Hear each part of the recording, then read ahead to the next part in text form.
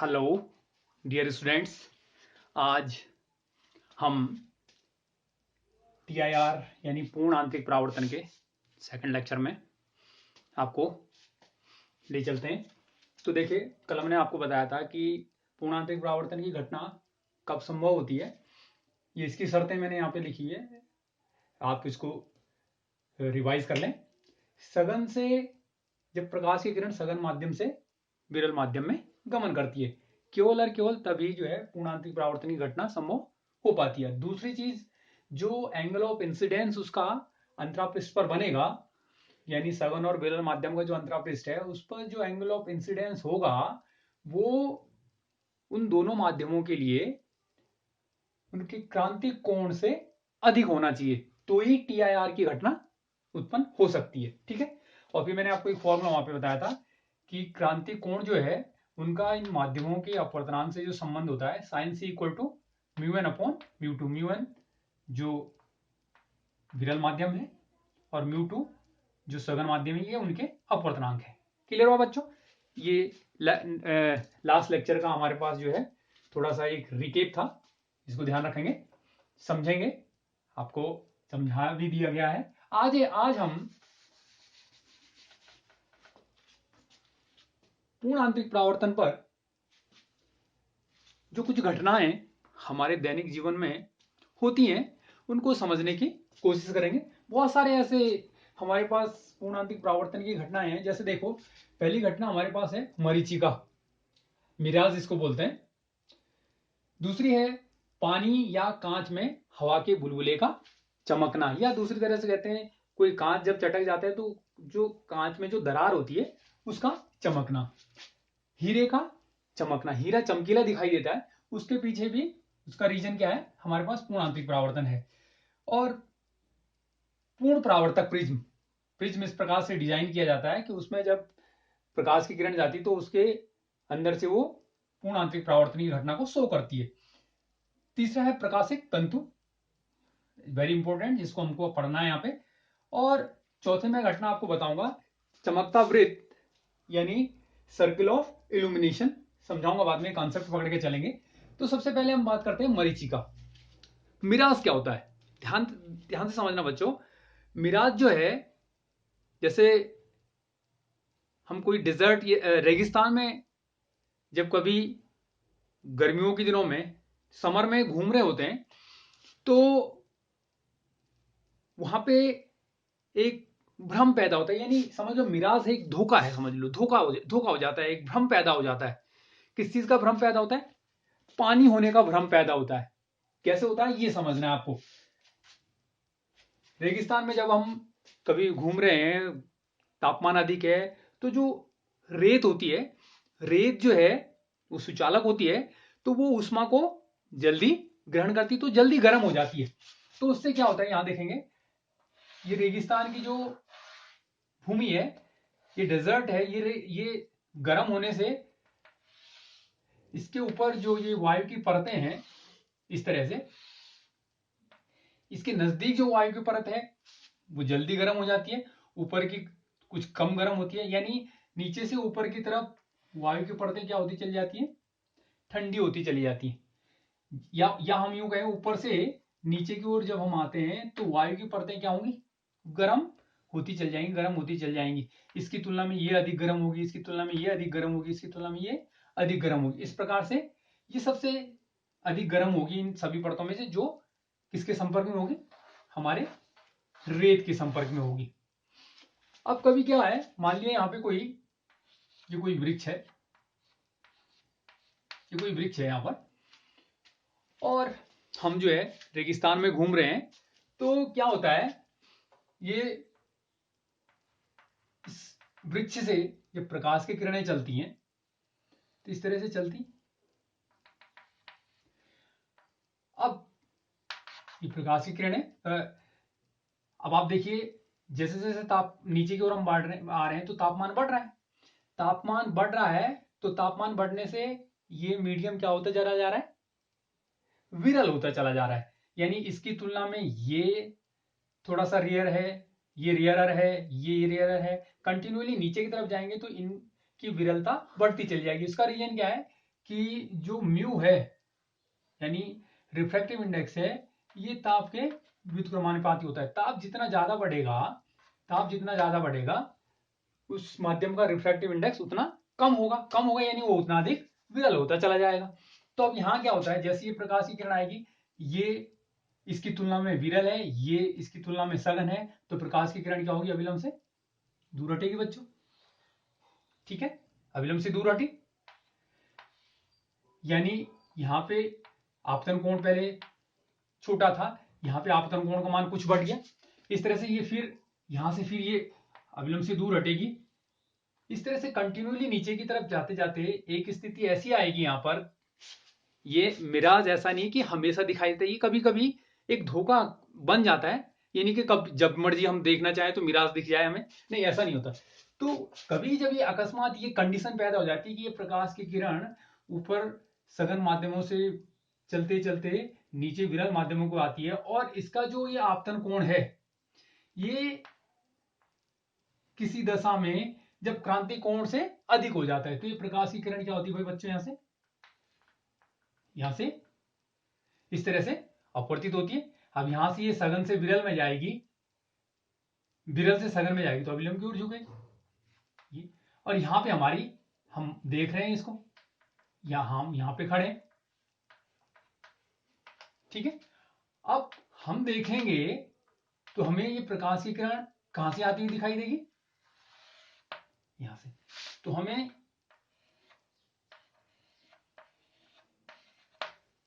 इस वृक्ष का प्रतिबिंब नीचे दिखाई देगा। एक हमने सामने देखा, देखो एक हमने सामने देखा और एक हमें ये नीचे दिखाई दे रहा है। तो क्या महसूस होता है, हमें लगता है कि ये जो नीचे वृक्ष का प्रतिबिंब दिखाई दे रहा है, ये किस में दिखाई दे रहा है, पानी में दिखाई दे रहा है। एक्चुअली वहां पे पानी होता नहीं, लेकिन ये भ्रम पैदा कर देता है। किस वजह से, जब ये प्रतिबिंब हमें इस पेड़ के दो प्रतिबिंब दिखाई देते हैं, एक तो ये प्रतिबिंब और दूसरा ये उल्टा प्रतिबिंब नीचे दिखाई दे रहा है।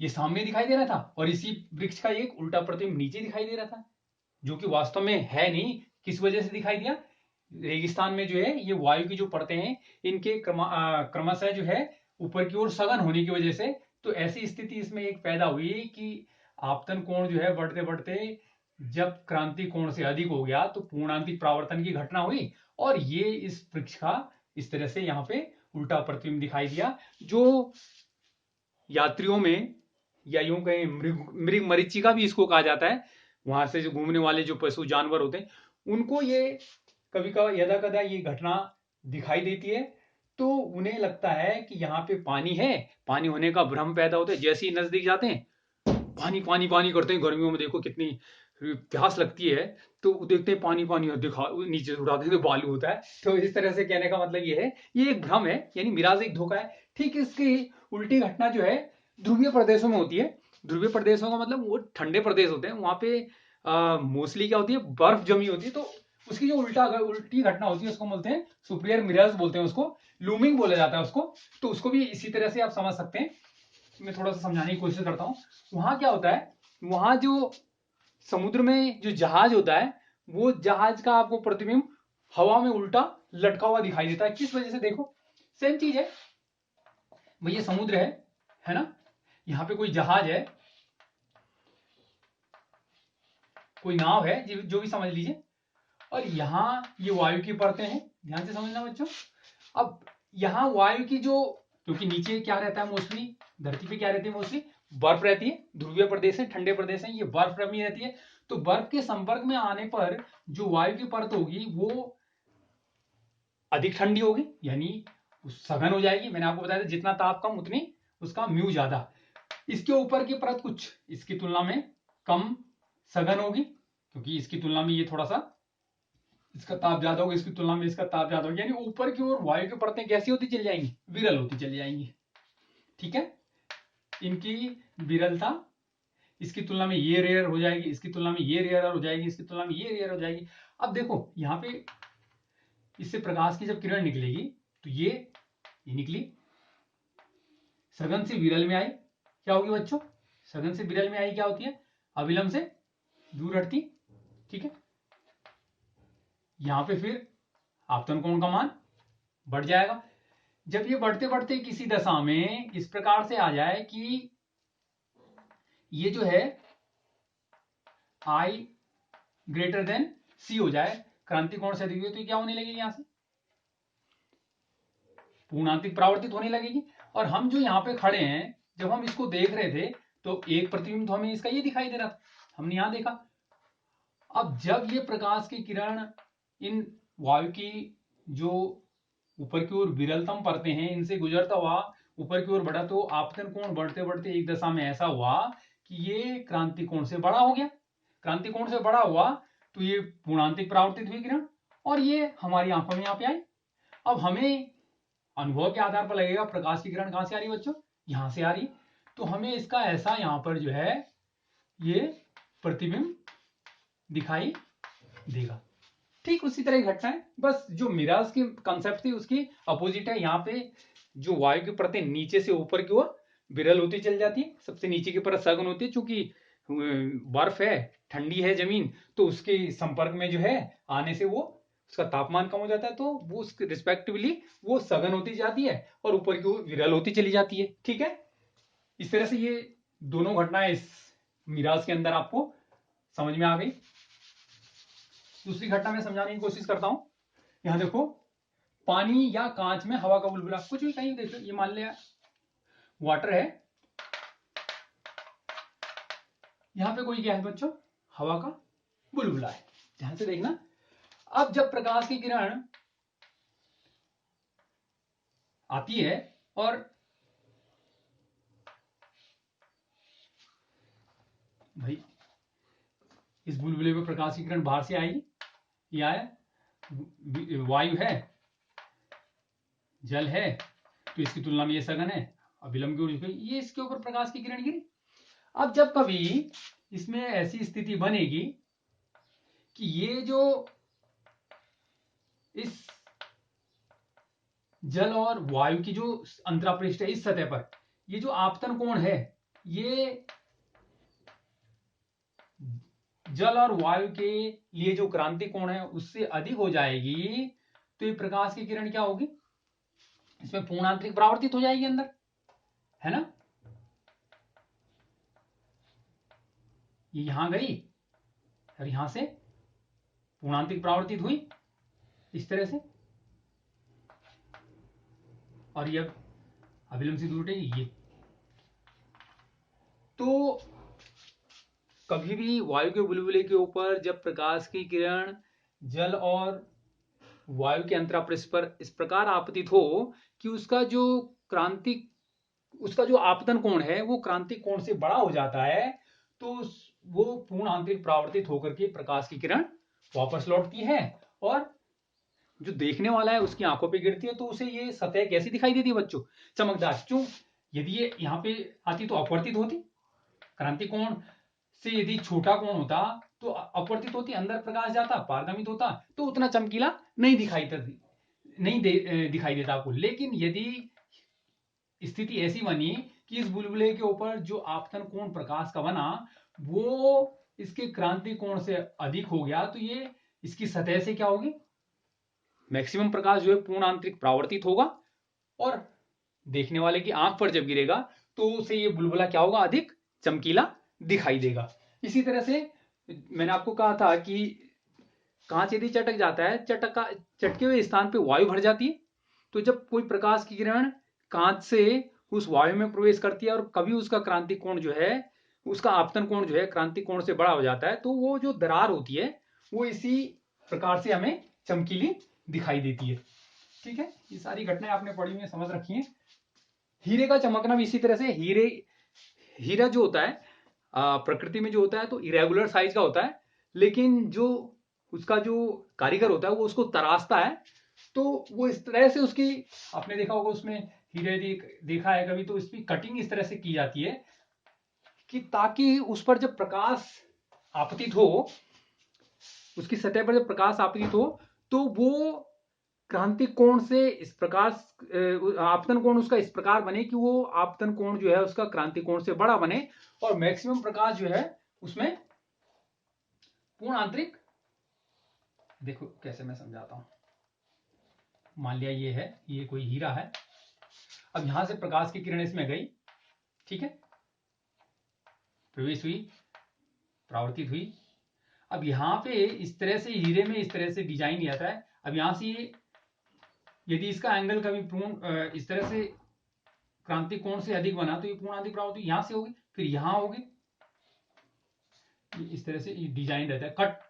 कटिंग की जाती है। हीरा का व्यापारी, हीरे का जो कारीगर है वो यही काम करता है। वो इसमें जो है इसके तराशने का काम करता है, इसके एंगल को इस तरह से कट करता है कि इसके अंदर जो प्रकाश एक बार प्रवेश कर जाए वो कई बार इसके अंदर पूर्ण आंतरिक परावर्तित होकर के, और फिर जब ये किसी स्थान से बाहर निकलेगा तो ये जो हीरा है ये अधिक चमकीला आपको दिखाई देगा। क्लियर हुआ बच्चों? चलो अगली जो इंपोर्टेंट हमारे पास जो घटना है वो है प्रकाशिक तंतु। बहुत इंपोर्टेंट है, ऑप्टिकल फाइबर, ओएफसी जो हम बोल सकते हैं इसको, ऑप्टिकल फाइबर्स। ठीक है, क्या होते हैं ऑप्टिकल फाइबर, ध्यान से समझ लेंगे। ये एक ऐसा साधन है, ऑप्टिकल फाइबर एक ऐसा साधन है जिसकी सहायता से हम किसी संदेश, किसी सूचना, सिग्नल को बिना क्षय हुए प्रकाश की स्पीड से एक स्थान से दूसरे स्थान को भेज सकते हैं। जैसे हम लोग जो है घरों में इंटरनेट एक्सेस करते हैं, तो इंटरनेट एक्सेस करने के लिए जो लाइन बिछाई जाती है वो लाइन जो है वो ऑप्टिकल फाइबर्स होती है। उसमें प्रकाश के रूप में सिग्नल को भेजा जाता है। प्रकाश यानी अब कैसे भेजा जाता है वो थोड़ा सा मैं आपको बताने की कोशिश करूंगा। ये ऑप्टिकल फाइबर होता क्या है, ये एक तंतु होता है, यानी बाल बाल बाल जैसा समझो, बाल से हल्का थोड़ा सा मोटा, लगभग या इसका यदि आप डायमीटर की बात करेंगे तो लगभग लगभग कितना 10⁻⁻⁴ सेंटीमीटर का इसका जो है व्यास होता है। इतना पतला ये प्रकाशिक तंतु होता है। बना कैसा होता है ध्यान से समझेंगे। ये बेलनाकार एक क्या होता है हमारे पास, एक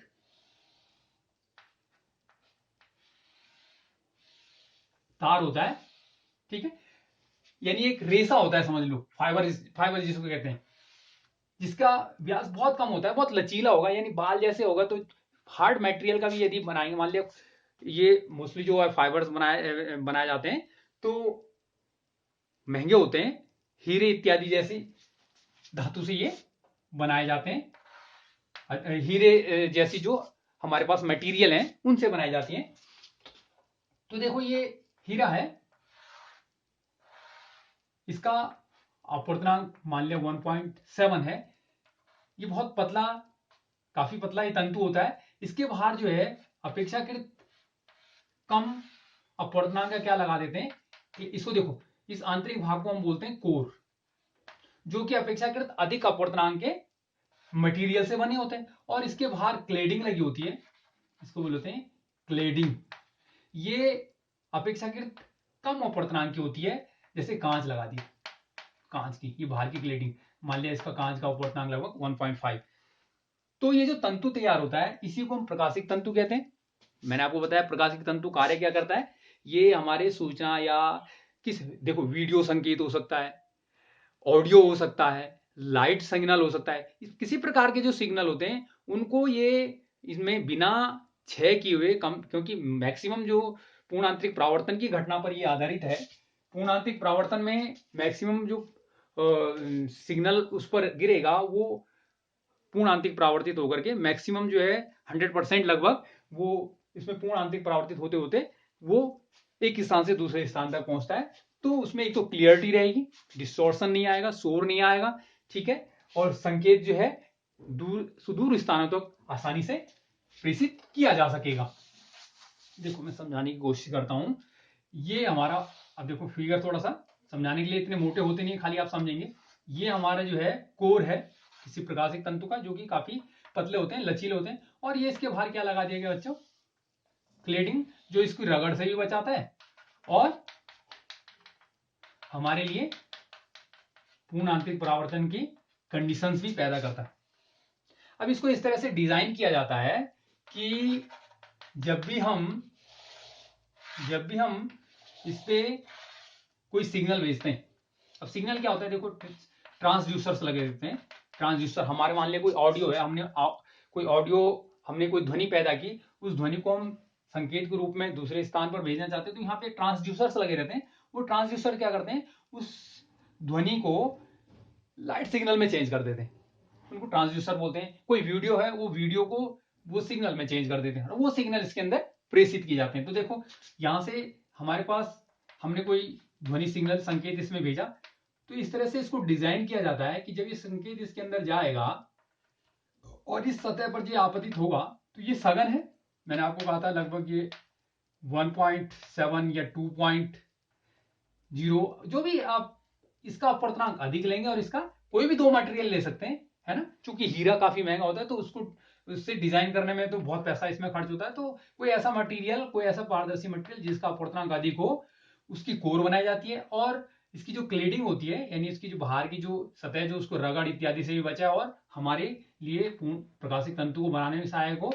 इस तरह से इसका जो अपवर्तनांक है इसका अपेक्षाकृत कम होता है। तो जब ये प्रकाश का जो सिग्नल है, जो संकेत है, जो सूचना है, जो हमने यहाँ से प्रेषित की है, जब इसकी सतह पर यहाँ पे आपतित होती है, और इसका एंगल जो है वो इस तरह से इस पर बना, इस तरह से इसको इसमें भेजा जाता है कि जो ये एंगल है, ये एंगल ऑफ इंसिडेंस क्या बने, इस इन दो माध्यमों के लिए क्रांति कोण से बड़ा हो जाए। तो ये प्रकाश की किरण क्या हो जाती है, यहाँ पे पूर्णांतरिक परावर्तित हो जाती है, यहां से फिर से पूर्णांतरिक परावर्तित हो जाती है, और ये लाइट की स्पीड से इस तरह से इसमें एक स्थान से दूसरे स्थान को संचरित हो जाती है। और अब जो सूचना यहां से हमने भेजी, एक तो लाइट की स्पीड से चली, सबसे पहली बात, और दूसरा उसमें कोई भी, क्योंकि पूर्ण आंतरिक परावर्तन में ये माना जाता है कि लगभग 100% प्रकाश जो है परावर्तित हो जाता है। तो मैक्सिमम जो प्रकाश है वो यहां से परावर्तित हुआ और हमारे सुदूर स्थानों तक आसानी से पहुंच गया। तो ये ऑप्टिकल फाइबर जो है हमारे आजकल जो कम्युनिकेशन सिस्टम होते हैं, इंटरनेट एक्सेस सिस्टम होते हैं, या केबल जो कनेक्शन सिस्टम होते हैं, इनमें हम ऑप्टिकल फाइबर्स का आजकल बहुत आयत रूप में प्रयोग कर रहे हैं। बहुत इंपॉर्टेंट है, ठीक है, इस तरह से आप इसको समझेंगे। अब एक नेक्स्ट जो टॉपिक है, ये हमारे न्यूमेरिकली भी ये कंसेप्ट इंपॉर्टेंट है, इस पर बेस क्वेश्चन एग्जाम में पूछा जाता है, तो मैं इसको समझाने की कोशिश करता हूं आपको। यहां ध्यान से देखेंगे, ये सारी घटनाएं इस पर आधारित हैं। अभी पूर्ण परावर्तक प्रिज्म एक छूट गया बीच में, देखो पूर्ण परावर्तक प्रिज्म क्या होते हैं, इस प्रकार से प्रिज्म डिजाइन किए जाते हैं। मान लीजिए कोई प्रिज्म है, देखो 90, 45, 45, क्लियर हो बच्चों। हमें कहा ये प्रकाश की किरण इस पर लंबवत आपतित हो रही है, तो इसका पाथ क्या होगा, ये प्रकाश की किरण किधर से निकलेगी। मान लिया आपको एक क्वेश्चन एग्जाम में दे दिया कि ये जो प्रकाश की किरण इस पर आपतित हो रही है, लंबवत आपतित हो रही है इस सतह पर, तो बताइए इसका मार्ग क्या होगा, कहां से ये इमर्ज होगी, कहां से ये निकलेगी बाहर। तो मैं समझाता हूं आपको, देखो कैसा होगा। पूर्णांतरिक परावर्तक प्रिज्म इसको क्यों कहते हैं, क्योंकि प्रकाश की किरण जिसमें आते हैं उसमें पूर्णांतरिक परावर्तन की घटना होती है। अब होता क्या है, देखो ये मान लिया वायु है और ये कांच है, ठीक है।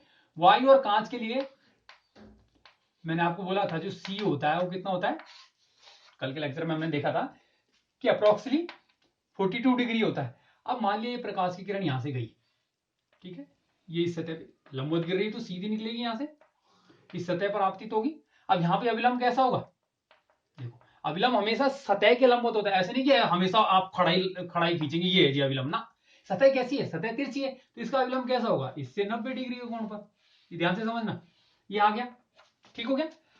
अब देखो यहां पे ये हमारा इन दो सतहों के लिए ये सघन है और ये विरल है, ये हमारा यहाँ पे एंगल क्या बन गया, ये बन गया हमारा एंगल ऑफ इंसिडेंस इन दो सतहों के लिए, सघन और विरल माध्यम के लिए। अब ध्यान से देखो ये एंगल है कितना, हम इसको कैलकुलेट करने की कोशिश करते हैं। देखो ये 45, ये 90, तो ये भी क्या हो गया 45 हो गया, क्लियर। तो ये एंगल कितना हो गया, राइट, बिल्कुल सही, ये 45 आ गया हमारे लिए।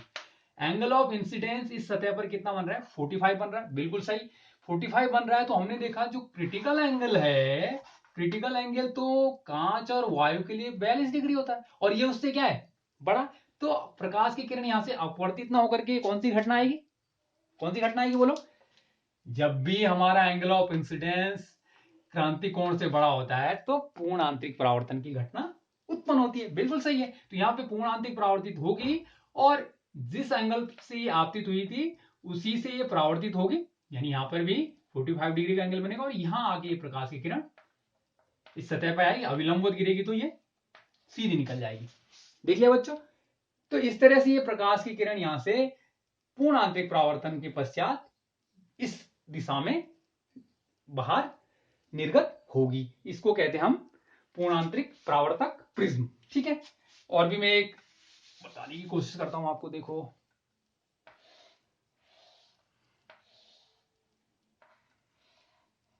मान लीजिए ये दे दिया,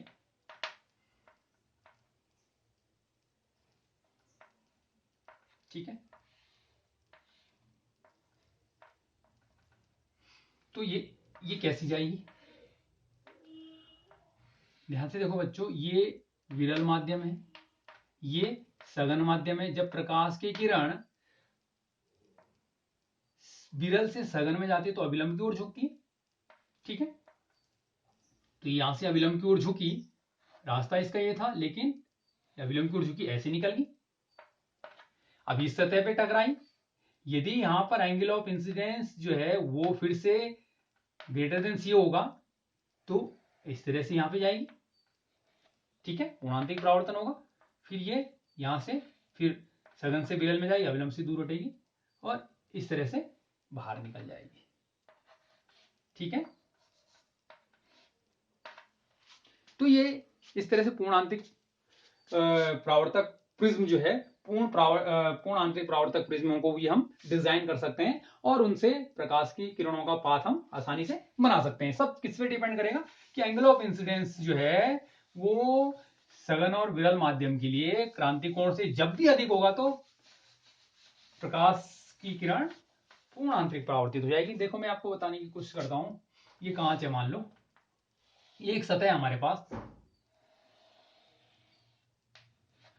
इस तरह की कोई सतह है, कांच का सतह है, इसका रिफ्रैक्टिव इंडेक्स हमें 1.5 दिया हुआ है और इसके लिए क्रांति कोण दिया हुआ है 42। मान लिया वायु बाहर, इसका बाह्य माध्यम वायु है और ये प्रकाश की किरण इस पर जा रही है, इस सतह पे लंबवत गिर रही है और यहां पर ये जो कोण बना रही है 42 डिग्री बना रही है। क्लियर हो बच्चों? तो आपसे पूछा जाए कि इस किरण का इमर्जिंग पाथ क्या होगा, यानी ये किरण कहां से बाहर निकलेगी। पॉज करके आप इसको खुद सॉल्व करने की कोशिश करें। कहां से इसका पाथ कैसा होगा, कहां से प्रकाश की किरण बाहर निकलेगी। पॉज करें, सॉल्व करें। चलो आइए देखिए, मैं बताता हूं। ये प्रकाश की किरण जब इस पे आपतित होगी तो देखो ये 42 ऐसे निकल जाएगी बाहर, सही है? नो, गलत। समझो कहां से निकलेगी, किधर से निकलेगी। ऐसे नहीं, आपको ध्यान देना है कि एंगल ऑफ इंसिडेंस कितना बन रहा है।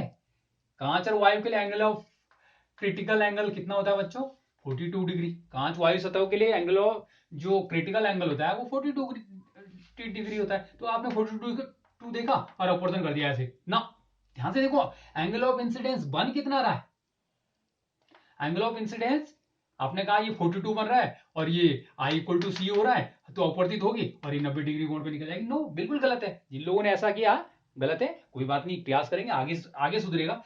अब देखो ये 42 है, राइट, तो एंगल ऑफ इंसिडेंस कितना बना, एंगल ऑफ इंसिडेंस कितना बना, देखो ये विलंब है, ये पूरा 90 है, यहां से यहां तक ये 90, ये 42, तो ये कितना आ गया 48, राइट। अब ये 48 एंगल यहां पर आया, तो यहां से अब जो एंगल ऑफ इंसिडेंस बन रहा है इन दो सतहों के लिए, कांच और वायु के लिए, ये क्रांति कोण से बड़ा बना। क्रांति कोण से बड़ा बना तो पूर्णांतरिक परावर्तन होगा, पूर्णांतरिक परावर्तन होगा तो प्रकाश की किरण ऐसे निकलेगी, राइट राइट। अब यहां पर देखो ये भी कितना होगा एंगल, 48 होगा, राइट। ये 48 होगा बच्चों, तो ये कितना होगा। अब देखो ये एंगल कितना बन रहा है, यहां पे अविलंब ये होगा, यहां पे अविलंब ऐसा होगा, ध्यान से समझना। अब ये 48 है, क्यों 48 है, क्योंकि हम जानते हैं परावर्तन के नियम से angle of incidence equal to angle of reflection sorry, आपतन कोण परावर्तन कोण के बराबर होता है। तो ये 48 और ये भी 48, ये प्रकाश की किरण यहां से आपतित हुई, तो अब ये 48 होगा, तो ये बच्चों कितना है, टोटल 90 एंगल है, तो ये 42 होगा, राइट। ये 90 होगा तो ये एंगल कितना 48। क्लियर हुआ? ये 48 हो गया, 48, 42, 90, 90, 180, ठीक है। तो ये कितना बना, ये 42 डिग्री बना।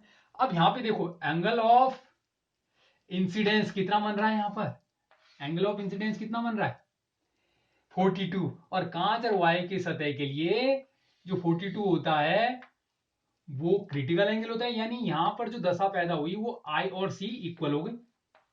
आई और सी क्या हो गए, यहाँ पे इक्वल हो गए। आई और सी इक्वल होगी तो जो अपवर्तित किरण होगी वो सतह से लग के, यानी ग्रेजिंग इमर्जेंस उसमें होगा, और प्रकाशीय किरण इस तरह से बाहर निकलेगी।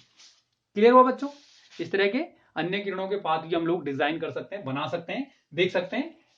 बस ध्यान रहे कि कब प्रकाश की किरण जो है सतहों पर सघन से विरल में जा रही है, और कब उसका जो इंसिडेंस एंगल है, आपतन कोण है, वो क्रांति कोण से अधिक हो रहा है, तो वहां पे पूर्णांतिक परावर्तित प्रकाश की किरण हो जाएगी, और इस तरह से उसका पाथ को हम बना सकते हैं। ठीक हुआ बच्चों? चलो आगे देखते हैं।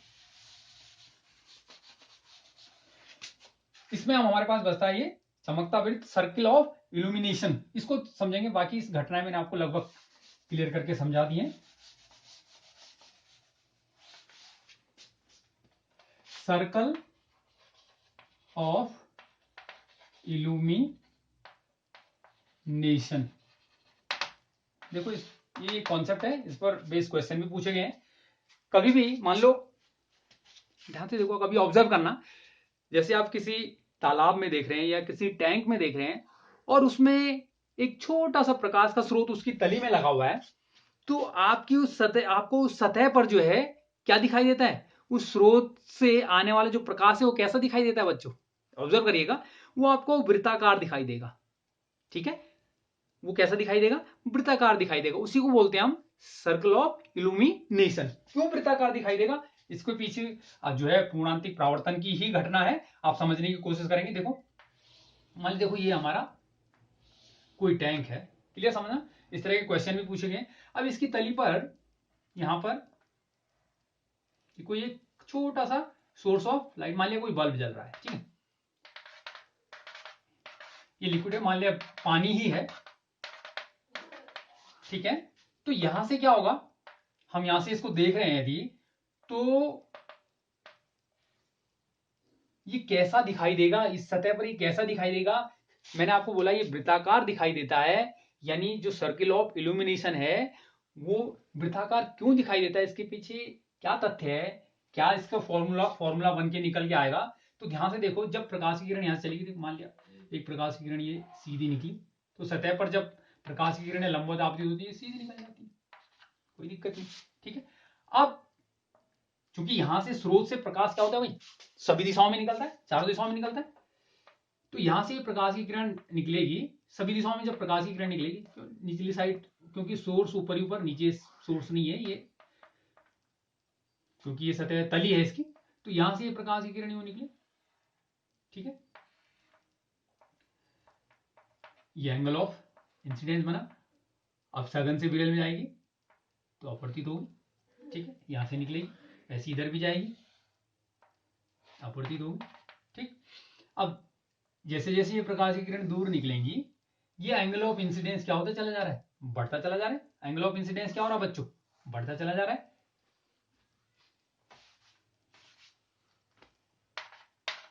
ताकि आपको ये, अब एक स्थिति ऐसी आई कि प्रकाश की किरण यहां से चलते चलते यहां पे सतह पे आई, और ये जो एंगल ऑफ इंसिडेंस है ये ग्रेटर देन सी हो गया, ठीक है। वो यहां आई तो मान लिया ये आई इक्वल टू सी बना, तो ये प्रकाश की किरण कैसे जाएगी, ऐसी, ठीक है। और इसके ठीक बाद जो प्रकाश की किरण गिरेगी वो आई इज ग्रेटर देन सी, यानी क्रिटिकल एंगल से बड़े कोण पे गिरेगी, तो कैसी हो जाएगी, इसी सतह में अंदर पूर्णांतिक परावर्तित हो जाएगी, यानी यहां पर भी ऐसी होगा, ऐसी आएगा, और ये, यानी जब ये एंगल आई जो है क्रिटिकल एंगल से बड़ा होगा तो प्रकाश की किरण पूर्णांतिक परावर्तित हो जाएगी। लेकिन इससे पहले जो प्रकाश की किरण इसमें आपतित हो रही थी, जो ठीक सी पर आपतित हो रही थी, वो क्या होगी, वो इस तरह से अपवर्तित होगी, ठीक है। तो हम जब ऊपर से देखेंगे तो ये प्रकाश की किरण इधर गई, हमारी आंखों पे जो प्रकाश की किरण जाएंगी वो ये आएंगी, ये दिखाई देंगी। तो हमें ये जो सोर्स है इसका इस सतह पर जो प्रकाशित क्षेत्र है वो कैसा दिखाई देगा बच्चों? इस तरह से ये सर्कुलर दिखाई देगा। इसे कहते हैं सर्कल ऑफ इल्यूमिनेशन। ठीक है, ये सर्कल ऑफ इल्यूमिनेशन। अब इसको समझने की कोशिश करेंगे, इसके लिए फॉर्मूला बनाएंगे हम लोग। ये सर्किल ही क्यों बना? देखो यहां से प्रकाश की किरण सभी दिशाओं में निकली। जैसे जैसे प्रकाश का जो आपतन कोण है इस सघन और विरल माध्यम के लिए सतह पर, इसके अंतरापृष्ठ पर जैसे जैसे प्रकाश का आपतन कोण बढ़ता गया, और जैसे ही प्रकाश का आपतन कोण वो क्रिटिकल एंगल यानी क्रांति कोण के ठीक बराबर हो तो प्रकाश की किरण सतह से निकली, और उससे अधिक यदि प्रकाश की किरण का एंगल बना तो नीचे। तो आपको जो ये बाउंड्री जो बना रही है प्रकाश की किरण, बाउंड्री जो बना रही है, ये जो बाउंड्री बना रही है आपकी, ये कौन बना रही है भाई? ये बना रही है हमारी वो प्रकाश की किरण जो ठीक यहां पे किस एंगल पर आपतित हो रही थी? ठीक सी पर। यहां से प्रकाश की किरण ऐसी निकल गई थी। तो हमें केवल सतह पर जो चमकीला भाग है वो केवल इतना दिखाई देगा। ठीक है, क्योंकि इसके बाद प्रकाश की किरण जब आपतित होगी तो सी से बड़ा उसका आपतन कोण बन जाएगा, तो वो पूर्णांतिक परावर्तित होगी। तो कहने का मतलब देखो 3D अप्रोच करो। मान लीजिए ये सोर्स है, ये सोर्स है, यहां से प्रकाश की किरण ऐसे निकली, वो सीधी निकल गई, फिर ऐसे निकली, ऐसे निकली, अपवर्तित हुई, ऐसे अपवर्तित हुई, ऐसे ऐसे ऐसे, सभी दिशाओं में अपवर्तित होगी, सभी दिशाओं में जाएगी। जैसे ये सतह के लिए इसकी जो एंगल ऑफ इंसिडेंस है भाई, यहां भी आएगी, यहां भी आएगी, यहां भी आएगी, यहां भी आएगी, यहां भी आएगी, सभी दिशाओं में चलेंगी। तो जैसे ये एंगल ऑफ इंसिडेंस इस सतह पर जो है क्रिटिकल एंगल से बड़ा होगा तो पूर्णांतिक परावर्तित होगी। ठीक क्रिटिकल एंगल जितना जब बनेगा तो ये प्रकाश की किरण सतह पर जो है 90 डिग्री के एंगल पर यानी सतह से ग्रेजिंग होते हुए इमर्ज होगी। तो हमें केवल उतना ही भाग जो एंगल सी पर बन रहा है चारों ओर, वो सतह पर दिखाई देगा प्रकाशित, जो कि कैसा होगा? सर्कुलर होगा, जिसको हम कहेंगे सर्कल ऑफ इल्यूमिनेशन। अब इसको फॉर्मूला बनाने की कोशिश करते हैं, देख लीजिए।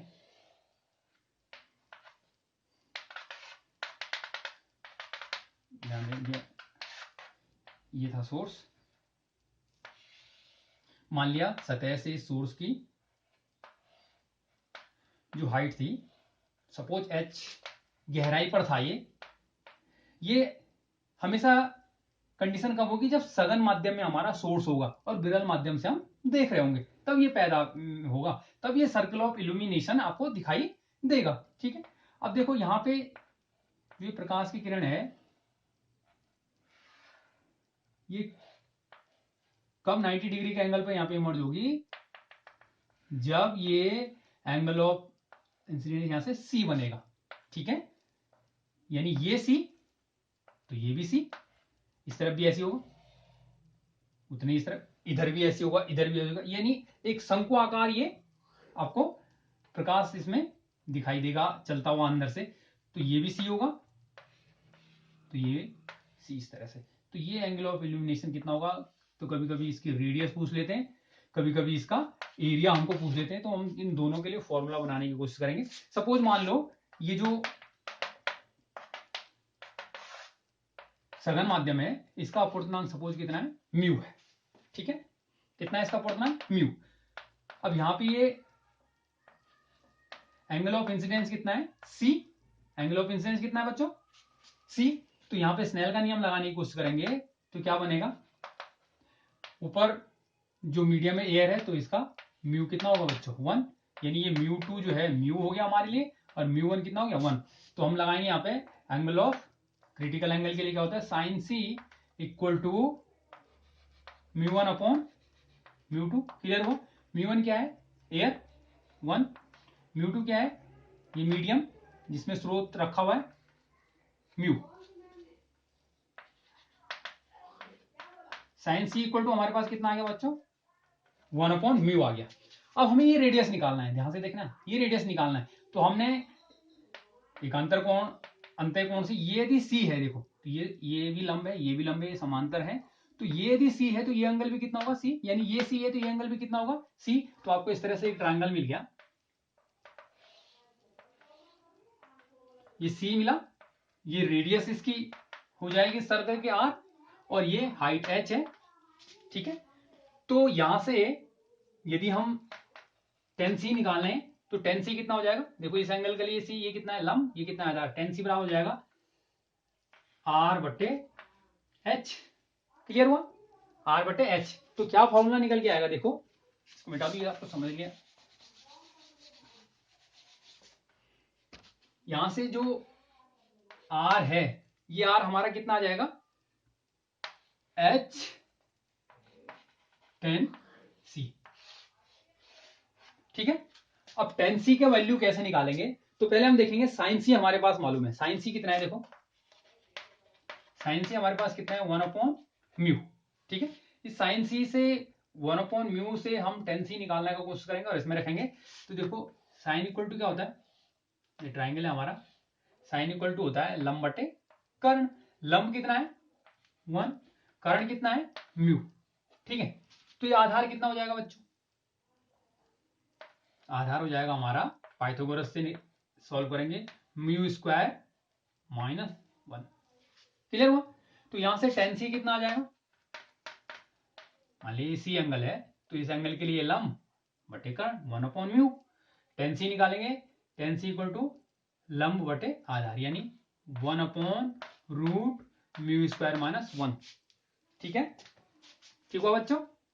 अब देखो क्या फॉर्मूला निकल के आ रहा है,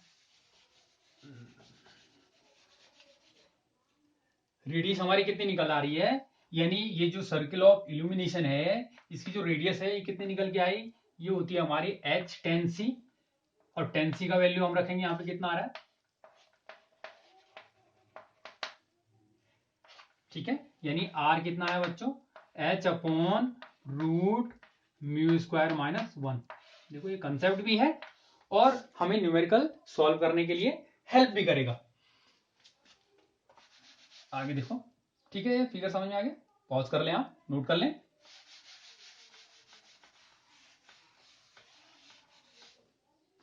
तो एरिया कितना होगा, एरिया यदि निकालना है सर्कल का तो हम जानते हैं एरिया कितना होगा pi r square. Clear, pi r square हमारे पास ये h/√म्यू स्क्वायर माइनस 1 का स्क्वायर, यानी ये आ जाएगा pi h square upon mu square minus 1, इतना एरिया। स्क्वायर यूनिट जो भी होगी, यदि सेंटीमीटर में दिया है तो स्क्वायर सेंटीमीटर, मीटर में दिया है तो स्क्वायर मीटर। इस तरह से हम ये सर्किल ऑफ इल्यूमिनेशन पर बेस हम कुछ प्रॉब्लम्स जो है वो हम सॉल्व कर सकते हैं, ठीक है। क्लियर हुआ बच्चों, आज के लिए इतना ही, ओके, ऑल द बेस्ट।